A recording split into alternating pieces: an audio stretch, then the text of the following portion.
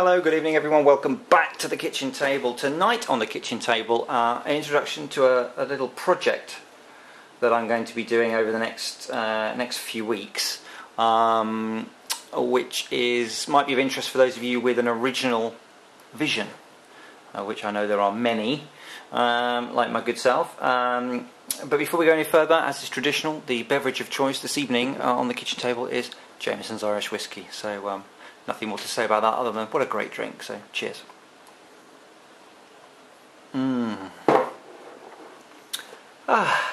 Right, so you'll know that I love my Motorpixie gimbal. I was very fortunate to be right at the beginning, and I had one of the first three, I think, that were shipped out off their production line. This is an original one. If you've got a latest one, then it won't look like this. It's got different motors and a different enclosure, but you know, I early adopted because I really wanted the stable footage, and I love it. This thing has survived 90-foot fall out of a tree. It's been dropped. It works impeccably, and it just loved it. I like the metal body and the construction, and the fact that it just worked for me. Great, and as a ready-to-go package, it was I couldn't fault it. Put it together with these 4 screws and attached it in, and went from the start perfect. So really rate that. But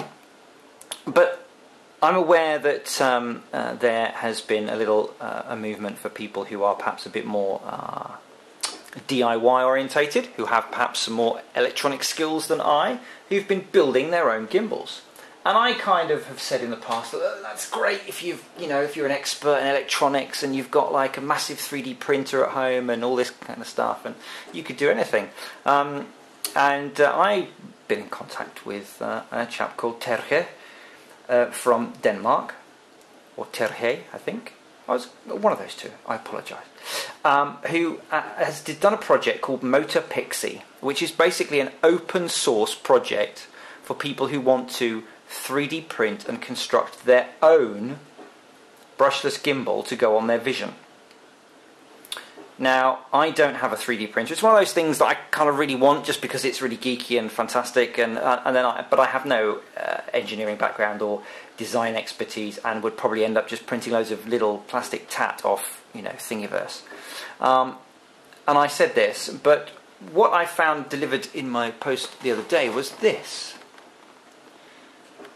A kit to build it. Now, this is tongue-in-cheek. He's not selling them as a kit. It's completely open source. All the files are available, and I'll put links in the description down below. On make sure if you're watching on full screen, go down and read the description. It's got all the links. But he's put this together as a little tongue-in-cheek, what it might look like if it came for somebody like me to put together. And the idea is, I thought, well, I'm going to take the challenge. I'm going to try and see if I, with my limited skills and my limited tool set, can build a gimbal. And what he's done is put in some bits and pieces that he has kindly had made from you'll see on the labels, they're all Motorpixie gimbals, 3D printed from Shapeways. There they are, various fixings, some leg extensions, some jumper, all the little components he's put together for me, as per the instructions on the Motorpixie website, all open source. He's also done, I was toying with the idea of not showing this, but I'm going to. He's put together what he calls his cheats pack, where he's actually soldered together the control module for me. So if I get horrendously, and I will tell you if I do, I'm going to leave it sealed up. Look, there it is, cheat pack. You can see it there, and we'll see at the end of the project if I've had to use it. And there's a challenge. What have we got here? Look. Here's the assembly. So 3D printed the mount with one motor just on, fixing screws. What else have we got? A random sunshade, another new design. See that? Wouldn't tell me that's coming. For iPhone 5. I don't have an iPhone. That one might be a competition prize. Now this is where it gets interesting. I'll show you this as well. This is the main body. So these old parts, if you have a 3D printer, you can 3D print yourself. If you don't, you can get them from Shapeways or somewhere similar, 3D printing house, or find somebody who's got one and print it all up. Various, what have we got in here? Various electronics. I like this. I don't know why, but there is a bulldog clip. I'll find out, no doubt. Various parts and even cable ties. So I've got everything in there, but what I'm quite excited about, and I believe from Terje that this is a kind of exclusive. I wasn't expecting to do it, but what he has designed is a GoPro mount to fit the Motorpixie gimbal. Now that's very interesting to me because obviously, as we know, the Phantom Vision series runs on 5.8 as a control frequency, leaving you free to run your GoPro, if you have a Wi-Fi enabled GoPro, 2.4 on the GoPro app, which means, okay, you don't get a massive range and it's laggy, but if you want to actually use your GoPro and use the remote shutter, importantly, and frame the shots with a GoPro, and you have a Motorpixie 3D printed 2-axis gimbal, you've now got the ability to add a GoPro, and I'm assuming that that is where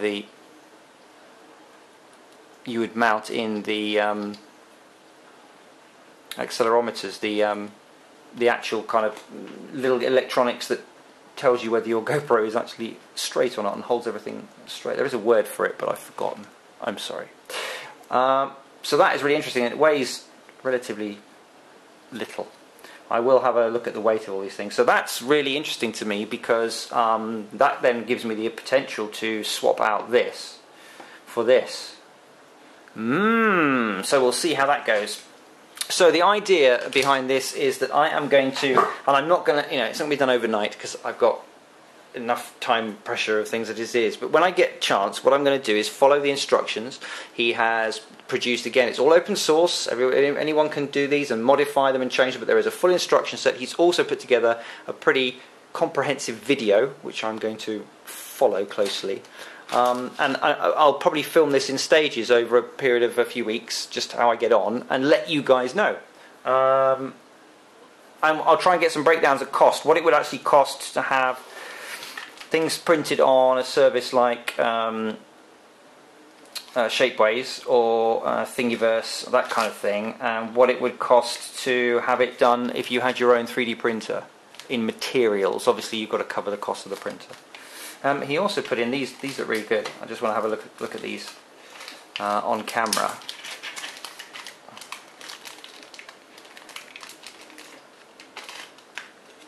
Little clip-on extensions for the legs, because obviously the problem with running gimbals is that they do have a tendency of getting in the way. Ooh. So I'm going to assume, oh I see, those clip on like that. Compress the pads and clip them on. There we go.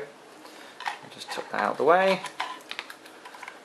There's one on. Let's put the other one on. I just have to compress the feet first. This looks really good, doesn't it? I'm so professional doing it off camera. I didn't know I was going to do this. I've just decided to. Oh, there we go. Clip, clip, clip. Ta-da! Pretty good. Pretty good. They're a little bit rocky in that laterally, but they are rock solid in front to back, which if you're going to come into land, although I would still hand catch. You know me and hand catching. I've done a video on how to hand catch safely. I much prefer it. But to take off though, that means you've got loads of clearance there for your gimbal to do its setup. Pretty good. So everything's in the pack. So we'll see how we go on this one. We'll come back to it.